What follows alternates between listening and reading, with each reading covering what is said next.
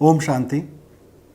प्रजापति ब्रह्मकुमारी ईश्वरीय विश्वविद्यालय के इस 4 दिवसीय सेमिनार में आप सभी का बहुत बहुत स्वागत है और मैं बहुत बहुत आभारी हूँ कि मुझे एक बार फिर से आप सबके बीच इस सेमिनार में अपनी बात रखने का अवसर दिया गया है। मैं पहले भी कई बार प्रजापति ब्रह्मकुमारी ईश्वरीय विश्वविद्यालय के द्वारा आयोजित इस तरह के सेमिनार्स में, इस तरह के कार्यक्रमों में आ चुका हूँ, लेकिन वो सब अभी तक मुझे अवसर मिला व्यक्तिगत रूप से शामिल होने का। पहली बार हम लोग इस टेक्नोलॉजी के माध्यम से बात कर रहे हैं। व्यक्तिगत रूप से आने का एक अलग ही आनंद होता है इतने सुरम्य वातावरण में, और उसके साथ साथ वहाँ आकर इतने देवतुल्य लोगों से मुलाकात होती है, इतने अंदर से साफ़ सुथरे स्वच्छ मन लोगों से मुलाकात होती है, मिशन में लगे हुए लोगों से मुलाकात होती है, उनसे बहुत कुछ सीखने को मिलता है। एजुकेशन पर काम कर रहे बहुत सारे लोगों से मुलाकात होती है। पर फिर भी मैं संकट के इस दौर में सराहना करता हूँ पूरी टीम की, सभी दीदियों की, कि उन्होंने इतनी मेहनत से इस प्रोग्राम को आयोजित किया। और संकट के इस दौर में जबकि सबका मिलना जुलना भी आपस में मना है, इस कार्यक्रम को आयोजित किया जा रहा है। ये एक ऐसा दौर है जब हम सबको मिलने से मना किया गया है। आज हम जो बात कर रहे हैं, जिस टॉपिक पर बात कर रहे हैं, वो टॉपिक भी न्यू एजुकेशन इन न्यू इरा और उसके चैलेंजेस क्या हैं, उनको कैसे फेस किया जाए, इस पर बात करने का है। हम सब जानते हैं सारी दुनिया एक बहुत मुश्किल के दौर से गुजर रही है। हाथ मिलाना, गले मिलना, आसपास आपस में मिलकर बैठना, ये सब एक तरह से प्रतिबंधित श्रेणी में डाल दिया गया है।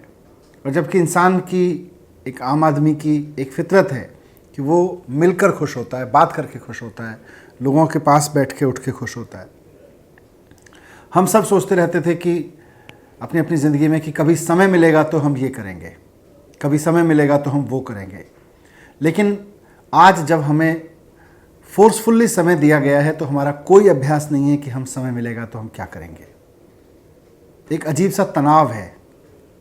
लोग घर में बैठे हैं, अपने परिवार के साथ बैठे हैं, लेकिन फिर भी तनाव है, क्योंकि कभी अभ्यास नहीं है। हमें इस बात का हमेशा अभ्यास कराया गया कि गणित के सवाल कैसे हल करने हैं, विज्ञान की पहेलियाँ कैसे बुझानी हैं, नई खोज कैसे करनी है, नई सुविधाएं विज्ञान का इस्तेमाल करके कैसे लानी हैं, नए नए प्रयोग कैसे करने हैं, बाज़ार में जो चीज़ें सुविधाएं उपलब्ध हैं उनको अपने पास लाने के लिए और कितनी मेहनत करनी है ताकि बहुत सारी सुविधाएं हमारे पास आ सकें। इस सब का खूब अभ्यास कराया गया। लेकिन इसका अभ्यास नहीं कराया गया कि कभी हमारे पास समय हुआ तो हम क्या करेंगे। कभी हमारे पास में समय हुआ कि हम अपने पास बैठेंगे, खुद के पास बैठ सकें, उसका अभ्यास नहीं है। अपने परिवार के पास बैठ सकें, उसका अभ्यास नहीं है। अपने समाज के साथ ऐसे दौर में कैसे हम समाज के साथ आगे बढ़ें, इसका अभ्यास नहीं है। नए दौर की एजुकेशन में इसका अभ्यास कराने की बहुत ज़्यादा ज़रूरत पड़ेगी। हम सब इस बात को जानते हैं कि कोरोना हमारे बीच में रहने वाला है। हम सब इस बात को जानते हैं कि भविष्य में हमको कोरोना या कोविड इसको कहते हैं, इसके वजूद के साथ ही जीना पड़ेगा। तो हमें इस बात को भी मानना पड़ेगा कि नए दौर में नई शिक्षा के लिए हमें अपने साथ जीने के लिए, अपने परिवार के साथ जीने के लिए और इस तरह के हालात में जीने के लिए खुद को तैयार करना पड़ेगा। वो कैसे करेंगे? गणित की, विज्ञान की, मैनेजमेंट की, प्रोफेशंस की बेहतरीन से बेहतरीन पढ़ाई हम करते हैं, लेकिन हमें इस बात को भी अब बहुत शिद्दत के साथ, बहुत पुरजोर तरीके से अपनी पढ़ाई में शामिल करना पड़ेगा कि अपने साथ कैसे जिएंगे। हम हमेशा बात करते हैं कि पढ़ाई का काम, स्कूल का, कॉलेज का मकसद सिर्फ़ और सिर्फ फैक्ट्रियों के लिए और दफ्तरों के लिए मैन पावर उपलब्ध कराना नहीं है। पढ़ाई का काम ये भी है कि हम परिवार के लिए, समाज के लिए, देश के लिए अच्छे मेंबर्स उपलब्ध कराएं। जो परिवार में अपने स्कूलों से, अपने कॉलेजेस से हम ऐसे लोग पढ़ा के निकालें जो परिवार का हिस्सा बने, जो समाज का हिस्सा बने, जो देश का हिस्सा बने, तो देश, परिवार, समाज उन पर गर्व कर सके, उसमें कंट्रीब्यूट करें। लेकिन हम कहते ज़रूर हैं ये बात, लेकिन हमारी सारी मेहनत केवल और केवल पढ़ाई में, हम बातें गाइडिंग प्रिंसिपल्स में चाहे जो भी करें, लेकिन हकीकत ये है कि हमारी सबसे ज़्यादा मेहनत इसी बात पर रहती है कि हम प्रोफेशन में कैसे उसको सक्सेसफुल बनाएं। हम किसी दफ्तर में काम करने के लिए, हम किसी फैक्ट्री में काम करने के लिए उस व्यक्ति को कैसे अधिक से अधिक सक्सेसफुल बनाएं। तो आज के सेमिनार में जब हम बात कर रहे हैं कि नए दौर में नई शिक्षा पर नई चुनौतियों का सामना कैसे किया जाएगा, इस पर चर्चा कर रहे हैं, तो इस पर चर्चा ज़रूर करें कि जो बात हम अक्सर अपनी बातों में कहते रहे हैं, जिस बात पर जोर देते रहे हैं, लेकिन कभी उसको इतने शिद्दत के साथ शिक्षा में अमल में नहीं लाया गया कि हम परिवार के साथ अच्छे से जीने वाले व्यक्ति कैसे बनाएं, हम समाज में अच्छे से जीने वाले व्यक्ति कैसे बनाएं, हम देश में एक देशभक्त नागरिक जो देश से प्यार करे, खाली देश के लोगों से नहीं या देश की धरती से नहीं, सबसे प्यार कर सके, ऐसे लोग कैसे तैयार करें, इस पे ध्यान देने की बहुत ज़रूरत पड़ेगी और इस पर जोर देने की बहुत ज़रूरत पड़ेगी। मैं बहुत बड़ी बात नहीं कहता, लेकिन दिल्ली में शिक्षा विभाग में हमने पिछले 2 साल में कुछ ऐसे प्रयोग किए हैं। हमने हैप्पीनेस कैरिकुलम के नाम से एक पाठ्यक्रम शुरू किया है और इसमें हमारा जोर इसी बात पर है। ये कोई एक्स्ट्रा कैरिकुलर एक्टिविटी के तहत शुरू किया गया once in a month type का कार्यक्रम नहीं है। जिस तरह हम रोज़ाना फिजिक्स पढ़ाते हैं, जिस तरह हम रोज़ाना ग्रामर पढ़ाते हैं, जिस तरह हम रोज़ाना हिस्ट्री पढ़ाते हैं, वैसे ही हम रोज़ाना हैप्पीनेस की क्लास लगाते हैं। रोज़ाना 8 लाख बच्चे, नर्सरी से लेकर 8वीं क्लास तक के करीब 8 लाख बच्चे हैं हमारे स्कूलों में, और ये अलग अलग स्कूलों में देखें तो हम करीब 20,000 क्लासरूम्स में बैठते हैं। तो 20,000 क्लासरूम्स में रोज़ाना जब स्कूल खुलता है तो पहला पीरियड हैप्पीनेस क्लास का होता है 45 मिनट का, और इसमें हम रोज़ाना मेडिटेशन कराते हैं, रोज़ाना रिश्तों पे चर्चा करते हैं, अपने अंदर के भावों पे, अपने विचारों पर, अपनी प्रतिक्रियाओं पर चर्चा करते हैं और हर एक स्टूडेंट की मदद करते हैं कि वो अपने अंदर झांक सके, वो अपने विचारों को पढ़ सके, वो अपने विचारों को एनालाइज कर सके, वो अपने सपनों को देख सके, वो अपने सपनों के प्रति एकदम क्रिस्टल क्लियर विजन रख सके। इस सब पर खूब चर्चा होती है और अभ्यास कराया जाता है। जब हमने ये पाठ्यक्रम 2 साल पहले शुरू किया था तो मुझे बहुत कहा गया था कि बच्चों के पास समय कम होता है, पाठ्यक्रम में से समय निकालना मुश्किल होगा, मेन पाठ्यक्रम के पीरियड्स को हर हफ्ते रोज़ाना उसमें से 45 मिनट निकालना बहुत बड़ा काम होगा। तो थोड़ा कुतर्क था, लेकिन मैंने कहा कि अगर खुश रहना मेन पाठ्यक्रम नहीं है तो फिर हम शिक्षा को दुख रहने के लिए इस्तेमाल कर रहे हैं।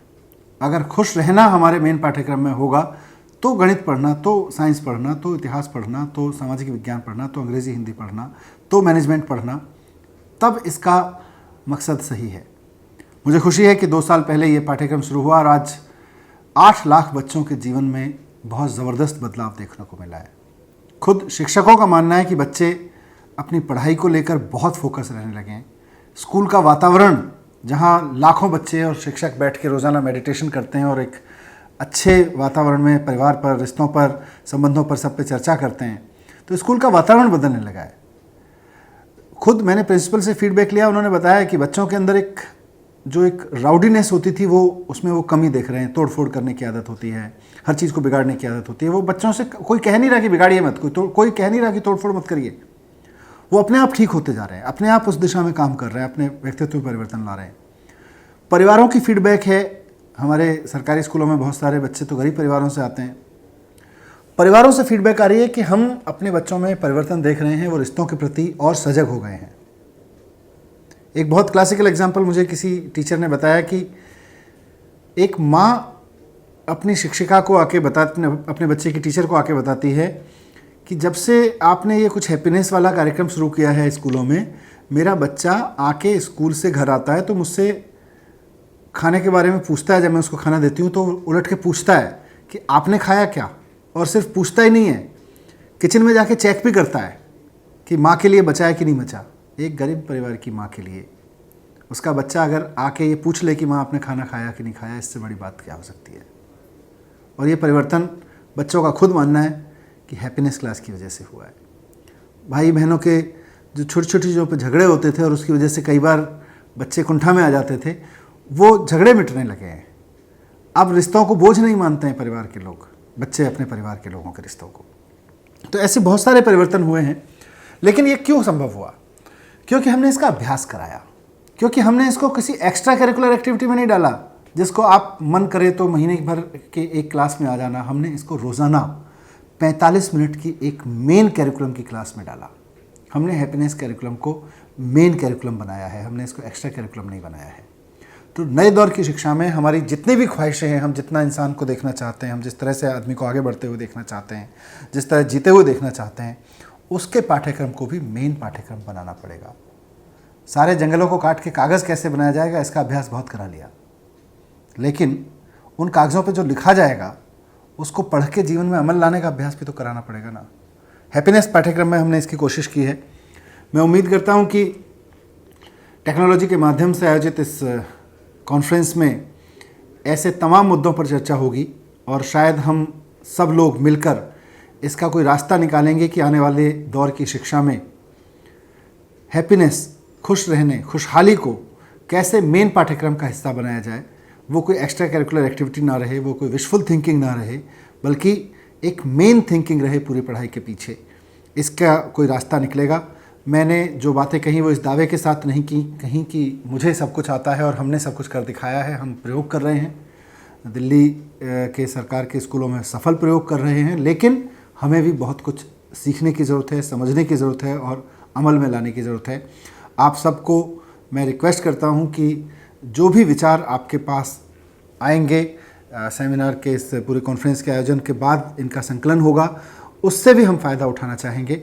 मैं एक बार फिर से प्रजापति ब्रह्म कुमारी ईश्वरीय विश्वविद्यालय की पूरी टीम को, सभी बहनों को बहुत धन्यवाद करता हूं, बहुत बधाई देता हूं इस कार्यक्रम के आयोजन के लिए और आप सबको बहुत शुभकामनाएं देता हूं।